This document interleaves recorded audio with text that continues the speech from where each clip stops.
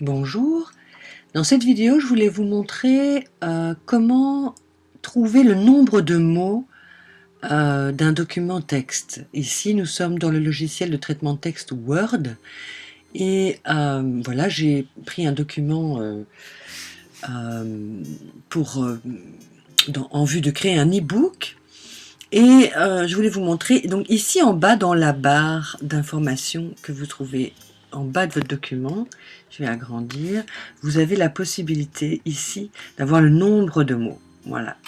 Ceci c'est le total des mots et 112 correspond en fait à l'endroit du texte où se trouve mon curseur. Donc si par exemple je me mets ici, eh bien vous allez voir ce chiffre change. De 112, je suis passé à 443. Donc je suis au 443e mot.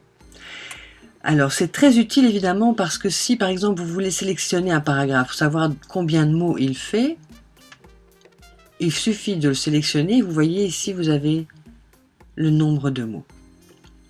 Voilà. C'est donc dans cette barre ici en dessous que vous avez l'information.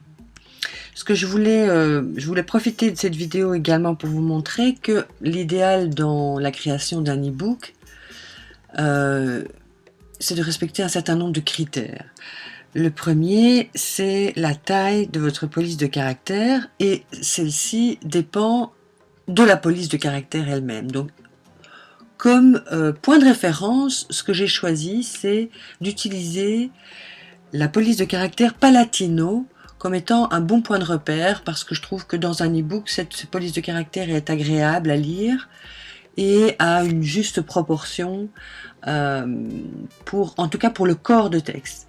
Et donc, je vais vous montrer, je vais sélectionner donc ici tout mon texte. Donc je fais édition, sélectionner tout, et je vais lui attribuer la police de caractère Palatino. Voilà, elle est ici. Une fois que j'ai choisi cette police de caractère, je vais lui donner une taille, et comme taille de référence pour le corps de texte, je choisis 13.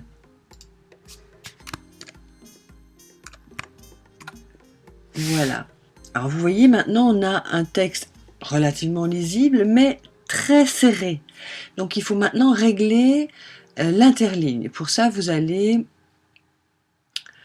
dans Format, Paragraphe, et ici, Espacement, vous allez choisir 1,5, qui est l'interligne idéale pour les e-books.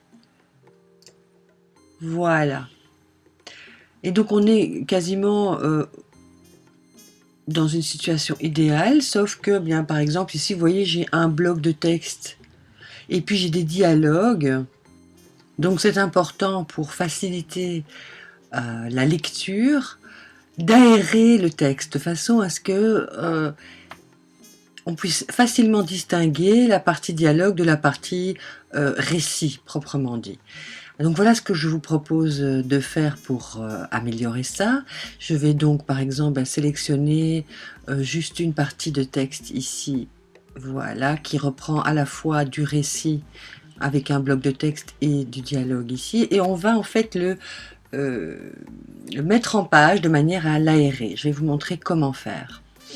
Et donc vous sélectionnez une partie de texte. Bon, dans votre cas, vous pouvez sélectionner d'un seul coup tous les corps de texte de votre e-book. Vous allez ensuite dans Format, Paragraphe, et nous allons ici définir en fait comment nous voulons que ça se présente. Donc le corps du texte est justifié, donc on est au niveau du corps du texte, c'est indiqué ici. Donc c'est une interface que vous pourrez utiliser pour les différentes parties. Donc il y a plusieurs niveaux possibles. Pour le corps de texte, nous avons demandé un alignement justifié et nous allons prévoir un petit retrait chaque fois sur la première ligne de chaque paragraphe. Et donc ici, première ligne, en un simple retrait, nous allons prendre ici 0,3 cm de retrait. Et Ensuite, ici, nous allons demander qu'avant chaque paragraphe, il y ait un espace supplémentaire.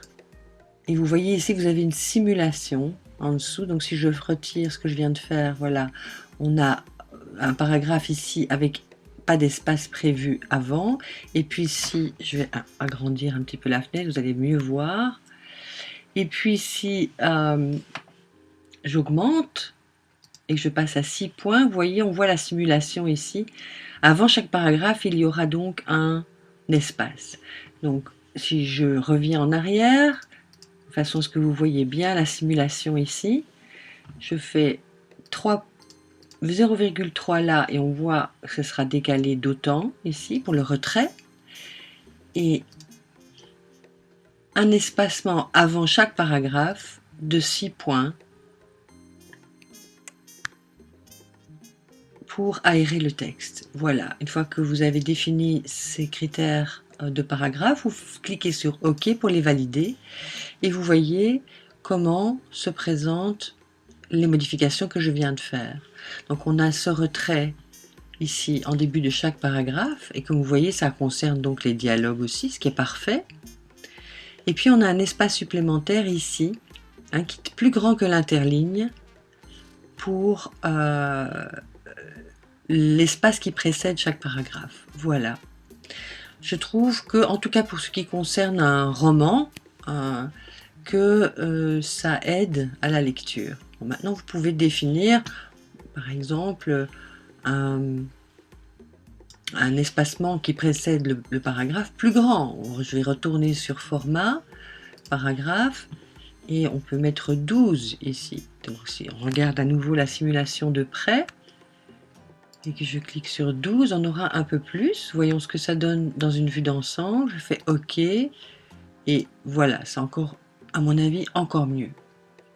Alors je tiens à préciser que je ne suis pas une puriste, parce que évidemment vous allez sur internet trouver énormément de conseils, souvent de très bonne qualité d'ailleurs, je vais reconnaître que je m'en inspire beaucoup, mais il y a un moment donné où il faut prendre un cap et puis s'améliorer au fil de la progression. Donc moi je vous suggère de démarrer avec ces critères-ci, et puis alors en fonction du résultat final, vous allez affiner selon votre goût, selon l'impact que vous voulez avoir au travers de vos e-books sur votre audience et vos lecteurs.